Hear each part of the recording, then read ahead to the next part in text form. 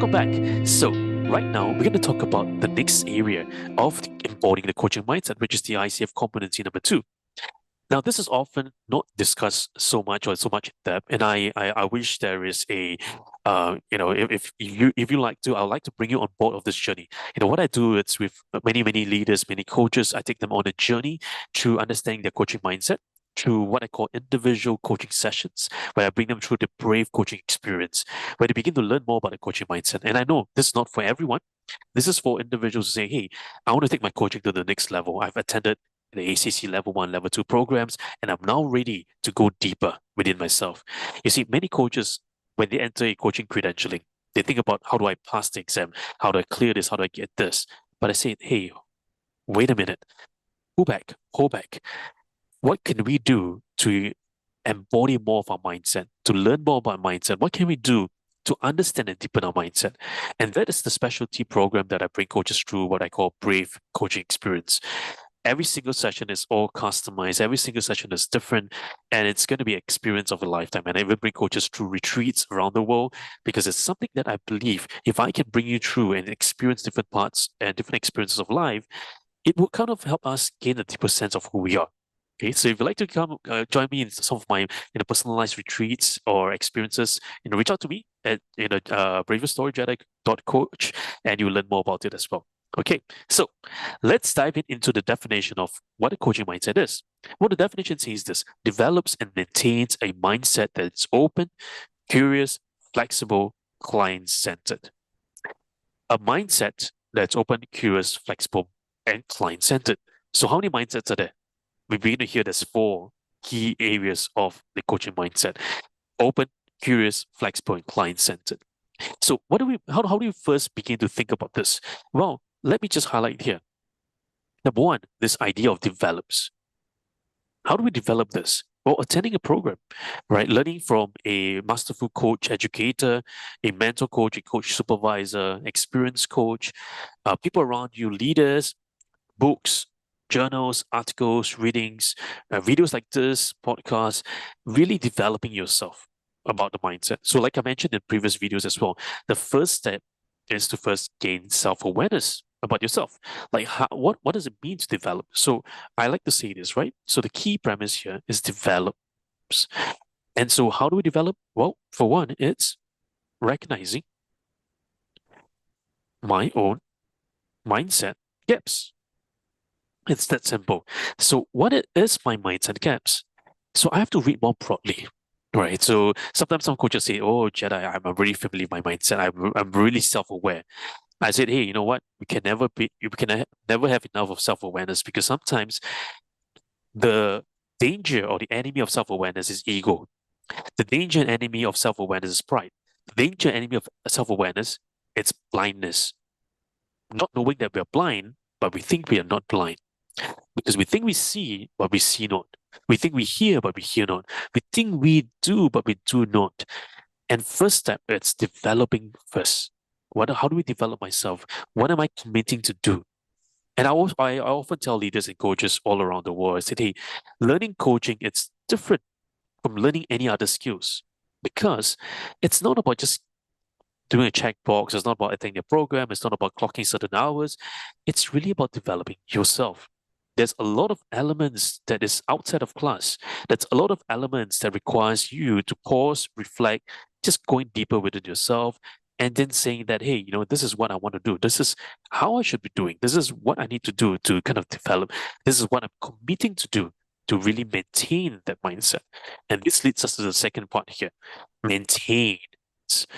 Now, what's maintenance? Well, I'd call this sustainability. Today we have, we hear this word sustainability. What does it mean? It's easy to develop. It's easy to read a book. But have you ever, found out that after reading a book, I kind of forget about it. I can't remember what it was mentioned about the book, right? So I often say one of the best principles of maintaining the mindset is creating this idea of sustainability. What that I can do that sustains this learning ability, this agility within me. Because sometimes at the spur of the moment, at the energy peak, wow, I learn. But it's not sustainable. It's not helpful for me. It's not allowing me to grow much more. So it's not really productivity. It's not really productive for me. And so one of the things I love to do is first understanding, hey, what does it mean? What does it do for me if I can create more sustainability within myself, within my life? How do I do that to help others? How do I do that to really create that openness, the spirit of openness, the learning attitude, the learning mindset that I really need to create that synergy for myself? Okay, so that's sustainability.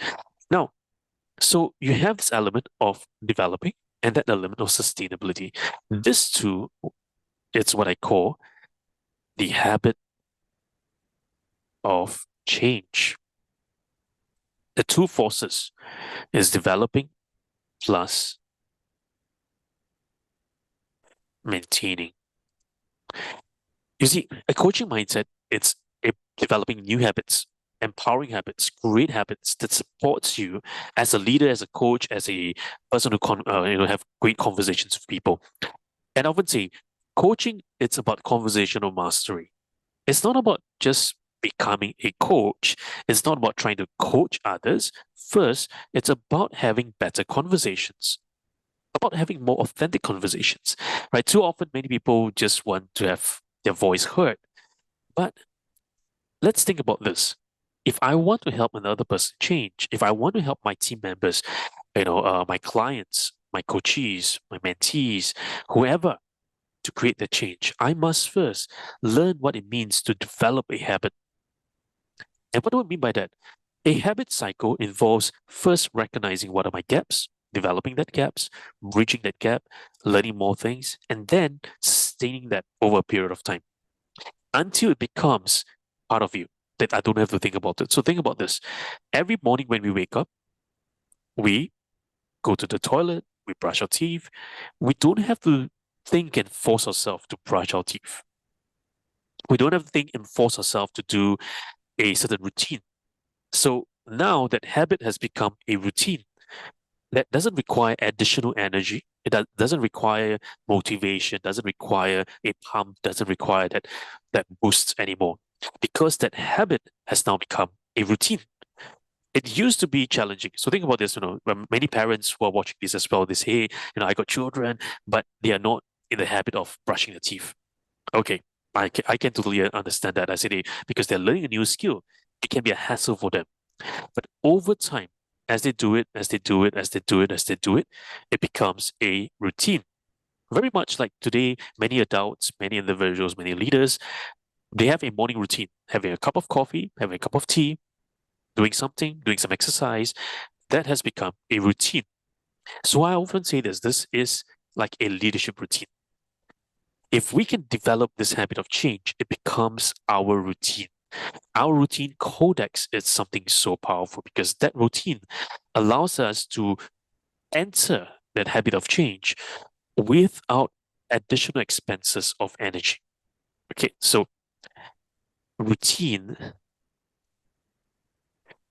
okay, it's a byproduct of habit. Habit of change over time and in a steady state. Okay, so this new routine requires us to say, hey, well, I don't have to force myself to read a book. Reading a book is so tiring. Okay, fine. Let's listen to a book. Listening to the book is so boring. Never mind. Let's watch a podcast. Podcasts are so boring. Never mind. Let's do something that can create this routine for me. Simple. It doesn't have to be long. Just 1 minute, 2 minutes, 3 minutes, 5 minutes a day. Do whatever it takes to help you develop that tiny routine first before embarking on more challenging routines for yourself. So you see, at the end, what we're trying to do here, it's creating the mindset that becomes our routine. When it becomes our routine, it becomes part of us. We don't have to kind of force it. We don't have to kind of, squeeze it. It becomes part of us. And that's the routine that we want to create. And I call this whole process the routine codex. The coaching mindset is like a routine that we're trying to create within ourselves as coaches, first recognizing that spirit of excellence, the spirit of learning, the attitude by which we embody, the attitude by which we want to kind of create the change, and it begins first with us. And I often say this, a coaching mindset equals a learning mindset. Okay, so coaching mindset equals a learning mindset. Because as a coach, if I'm not learning, if I tell myself, I said, hey, I've achieved the level one, level two, I'm not going to invest anymore in myself, I've stopped learning. I've stopped coaching. Many coaches that tell me, say, Jedi, you know what? Hey, is there something free? Is there something this? Is there something cheaper for me to do? You know, is there something that I can do to renew, you know, my credentialing and go for better credentialing? I said, hey, first, if your premise is first asking me about the cost, then you're not in the learning mindset. Because a learner's mindset says to themselves, it doesn't matter the cost. I will find the resources to allow me to be in that moment, to be in that state of learning. I found it so true. I found individuals who are students, you know, they have not made a lot of money and they've not made a lot of inroads into their career development, but they've taken significant amount of investment within themselves to hire me as their coach. And I was quite surprised. I said, hey, is this going to be financially tight for you? They said, no, I'm willing to take an investment out of my salary to develop myself at this stage. That is my conscious choice. And when I saw that happen, I saw them growing leaps and bounds much quicker than individuals who ask me, Jedi, can I have discount? Do you have something free? Do you have something this? And I often find it so true. When things becomes easy for you to get, we don't treasure them as much. When it becomes something that we have to invest in, we tend to embrace it. We tend to hold it close. We tend to cherish it. We tend to nurture it much more. So think about this, like for example, if you buy a bag, just an average bag, we will just use it and throw it everywhere around. We don't really take care of it. But if you buy a bag that cost you several months' salary, right? You save, it's your dream bag for several years, and you finally have the opportunity to buy it. And when you buy it, there's a sense of wow, accomplishment. There's a sense of expectation, and then you want to take care of it. You nurture it. You take the additional effort to protect it and nurture it all the way through. And that's the beauty of coaching as well. I'm not saying that coaching has to be expensive. I'm not saying that coaching learning has to be, high investment. No, the best investment is investing in yourself, which is whether it's in energy, in time, in effort, in resources, in finances. But you have to do it because as a coach, if we stop learning, we are not helping ourselves and thereby not helping the clients. If we want to raise our mastery in coaching, we need to be able to first begin to learn, embody that resourcefulness within, embody that mindset to support the client in a deeper manner. And that's the beauty of coaching. So what have we learned here? We've learned that embodying a coaching mindset has two different key elements, developing and maintaining. If we can develop and maintain, we create a habit of change. When we do that over a period of time, in a steady state, it becomes a routine. And when it becomes a routine, we begin to embrace and become second nature of us. Less effort is required, and we begin to embody a learning spirit, a learning mindset, a true embodiment of a lifelong learner. Now, if you like this video, give it a thumbs up, subscribe to this channel because I want you to stay tuned to all the contents I'll be having for you across, Brave Your Story episodes.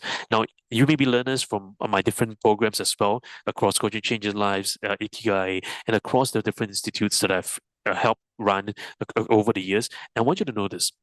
What is braving yourself? Braving yourself means braving your authentic voice.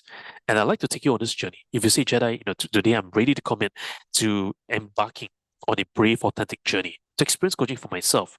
And if that's for you, I want you to, come and join me on one of my brave coaching experiences.